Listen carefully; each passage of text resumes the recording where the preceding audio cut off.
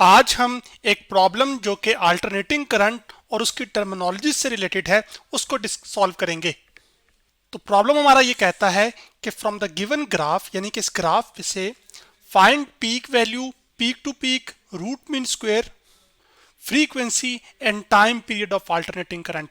यानी कि आपके पास यहाँ पर एक अल्टरनेटिंग करंट का टाइम के लिहाज से ग्राफ दिया गया है। इससे आपने जो अल्टरनेटिंग करंट से रिलेटेड टर्मिनोलॉजीज थी, जिसमें पीक वैल्यू है, पीक टू पीक वैल्यू थी, रूट मीन स्क्वायर थी, फ्रीक्वेंसी और टाइम पीरियड, वो हमने कैलकुलेट करने हैं। यहाँ पर टाइम आपके पास एक्स एक्सिस में प्लॉट किया गया है, जबकि जो करंट है वो वाई एक्सिस में प्लॉट किया गया है। जबकि करंट हम कहते हैं चार्जेस के फ्लो को, और ये जो करंट है वो हम मेजर कर रहे हैं यूनिट एम्पेयर्स में, जबकि टाइम को हम मेजर कर रहे हैं सेकंड में। और ये हमारे पास एक मुकम्मल साइकिल है एक्चुअली एक अल्टरनेटिंग करंट का। जबकि अल्टरनेटिंग करंट ऐसा करंट होता था जो कि अपनी पोलैरिटी और मैग्नीट्यूड वक्त के साथ बदलता हो। अब यहाँ पर हमने टाइम पीरियड को भी कैलकुलेट करना है। तो टाइम पीरियड होता था कि एक साइकिल मुकम्मल करने के लिए जितना वक्त लगा होगा उसको हम टाइम पीरियड कहते थे। एक साइकिल को मुकम्मल, जबकि जो फ्रीक्वेंसी है वो असल में ये होती थी कि कितने साइकिल्स एक सेकंड में मुकम्मल हुए, उसको हम फ्रीक्वेंसी कहते थे। जबकि पीक वैल्यू हम कहते थे मैक्सिमम अमाउंट ऑफ करंट या वोल्टेज जो फ्लो हो रहा होता था, उसको हम कहते थे। जबकि पीक टू पीक वोल्टेज या करंट हम कहते थे आपके पास जो डिफरेंस होता था पॉजिटिव पीक वैल्यू और नेगेटिव पीक वैल्यू के बीच, उसको हम पीक टू पीक वैल्यू कहते थे। जबकि रूट मीन स्क्वायर वैल्यू जो थी वो हम इस्तेमाल करते हैं ताकि हम अल्टरनेटिंग जो करंट है या वोल्टेज है उसका हम मैग्नीट्यूड बता सकें। तो चलें सबसे पहले बात करते हैं टाइम पीरियड की। तो जो टाइम पीरियड है उसको हम असल में रिप्रेजेंट करते हैं सिंबल टी के साथ। तो जो टाइम पीरियड इस एक साइकिल के लिए है वो असल में इस पॉइंट से ये पैटर्न शुरू हुआ है, या आपके पास करंट शुरू हुआ है फ्लो होना जब टाइम 0 था, और आपके पास 20 सेकंड तक फ्लो हुआ है, और उसके बाद ये अपने आप को क्या कर रहा है, रिपीट कर रहा है। तो एक्चुअली आपके पास एक साइकिल मुकम्मल करने के लिए जिसमें वो पहले 0 से पीक वैल्यू पर गया है पॉजिटिव में, फिर पीक से 0 पे आया है, यानी कि यहाँ पे करंट 0 है, फिर 0 करंट से फिर वो नेगेटिव में मैक्सिमम पीक पर गया है, और फिर यहाँ पर 0 हुआ है। तो अब इसके बीच, एक साइकिल के बीच जो पूरा वक्त गुजरा है वो असल में टाइम पीरियड है। और वो जो टाइम पीरियड हमें यहाँ पर नजर आ रहा है इस ग्राफ में, वो हमने हॉरिजॉन्टल एक्सिस पर देखना है। तो यहाँ से लेकर यहाँ तक जो वक्त गुजरा है वो असल में 20 सेकंड है। तो आपके पास जो टाइम पीरियड आ गया ग्राफ से हमारे पास, वो आ गया 20 सेकंड, यानी कि 20 साइकिल जो है ना वो सेकंड्स लगे हैं एक साइकिल मुकम्मल करने में इस तरह के करंट को। अब चूंकि हमने टाइम पीरियड निकाल लिया है और यहाँ पर एक ही साइकिल है, तो एक ही साइकिल के लिए जो फ्रीक्वेंसी होती है वो असल में टाइम पीरियड का रेसिप्रोकल होती है। तो जो फ्रीक्वेंसी है वो असल में होती है 1 आवर टी। तो आपके पास जो टाइम पीरियड है एक्चुअली वो कितना था, वो 20 था। तो आपके पास आ जाएगा 1 आवर 20। तो आपके पास फ्रीक्वेंसी बताती है कि कितने साइकिल्स एक सेकंड में मुकम्मल हुए। तो 1 को मैं डिवाइड करूंगा 20 से, तो कैलकुलेटर आपके सामने है, 1 डिवाइडेड बाय क्या कर दूंगा मैं 20, तो जवाब आ जाएगा 0.05। तो हमारे पास आ जाएगा 0.05, और फ्रीक्वेंसी का यूनिट क्या होता है, हर्ट्ज। तो आपके पास 0.05 में, तो आपके पास 0.05 साइकिल्स एक सेकंड में मुकम्मल हुए होंगे। अब हमने टाइम पीरियड भी निकाल लिया, फ्रीक्वेंसी भी निकाल ली। अब पीक वैल्यू की बात करते हैं। तो जो पीक वैल्यू है वो असल में जो मैक्सिमम एम्पलीट्यूड होता है, या पॉजिटिव में मैक्सिमम वैल्यू जो करंट की है वही असल में उसका एम्पलीट्यूड होता है। तो अगर इस ग्राफ में आप पॉजिटिव पोर्शन में देखें और नेगेटिव पोर्शन में देखें, तो पॉजिटिव में ये जो करंट की वैल्यू है वो मैक्सिमम कहाँ तक जा रही है, 2 तक, और नेगेटिव में भी कितने तक जा रही है, -2 तक।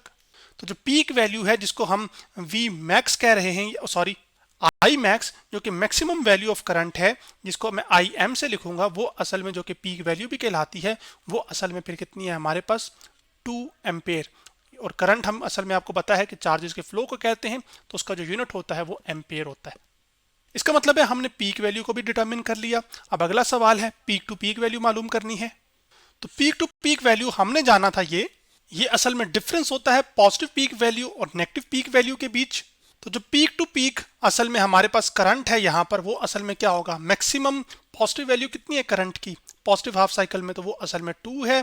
फिर माइनस लिखेंगे, फिर नेगेटिव हाफ साइकिल में, जैसे कि ये नेगेटिव हाफ साइकिल है, इसमें जो मैक्सिमम वैल्यू है करंट की वो असल में कितनी है, -2 है। तो माइनस माइनस क्या होता है प्लस, तो 2 + 2 कितना हो गया 4 एम्पेयर। इसका मतलब है कि आपके पास जो पीक टू पीक वैल्यू है जो कि असल में करंट की रेंज को बताती है, असल में वो आपके पास कितनी है 4 एम्पेयर। अब पीक टू पीक भी निकाल ली हमने, उसके बाद रह जाती है सिर्फ रूट मीन स्क्वायर। और आपको ये पता है कि जो रूट मीन स्क्वायर है करंट की वैल्यू, वो आपको ये बताती है कि कितना मैग्नीट्यूड है अल्टरनेटिंग करंट का। तो वो जो रूट मीन स्क्वायर करंट होगा उसको हम लेबल करते हैं IR.M.S के साथ, और वो हमारे पास बराबर होता है maximum value of current divided by 2 का स्क्वायर रूट। तो जो रूट मीन स्क्वायर वैल्यू आ जाएगी वो आपके पास आ जाएगी IM लिख लूंगा यहां पर मैं, और डिवाइडेड बाय क्या आ जाएगा 2 का स्क्वायर रूट। और ये आपके पास एक साइकिल के लिए ये वैल्यू आती है, तो IM की वैल्यू यानी कि एम्पलीट्यूड ऑफ करंट या मैक्सिमम वैल्यू ऑफ करंट कितना है वो 2 है, तो आपके पास 2 डिवाइडेड बाय क्या आ जाएगा √2।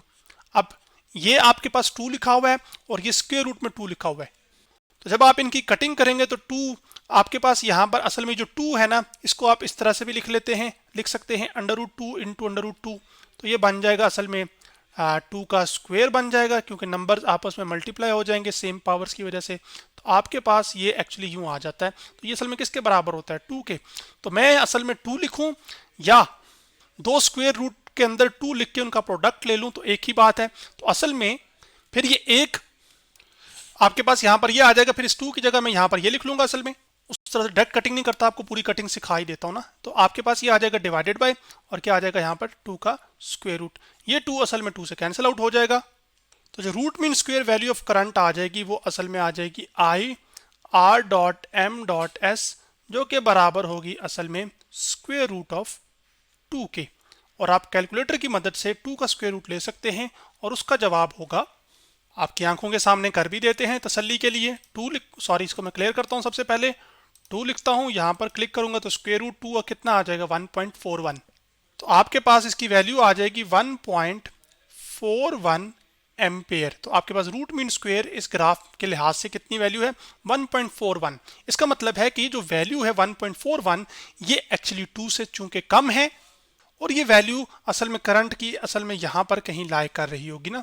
तो ये जो वैल्यू होगी असल में आपके पास रूट मीन स्क्वायर होगी। तो जो root mean square value of current या वोल्टेज होती है वो हमेशा असल में कम होती है मैक्सिमम जो वैल्यू होती है वोल्टेज की या फिर करंट की, जब हम अल्टरनेटिंग सर्किट्स की या अल्टरनेटिंग करंट्स की या अल्टरनेटिंग वोल्टेजेस की बात कर रहे होते हैं। तो यूं हमने जो हमारे प्रॉब्लम की तमाम रिक्वायरमेंट्स थी, जिसमें peak value, peak to peak, root mean square, frequency और टाइम पीरियड, वो तमाम वैल्यूज हमने क्या कर ली हैं कैलकुलेट कर ली हैं। तो आज हमने एक प्रॉब्लम जो कि असल में अल्टरनेटिंग करंट और उसकी टर्मिनोलॉजी पर मबनी था उसको सॉल्व किया।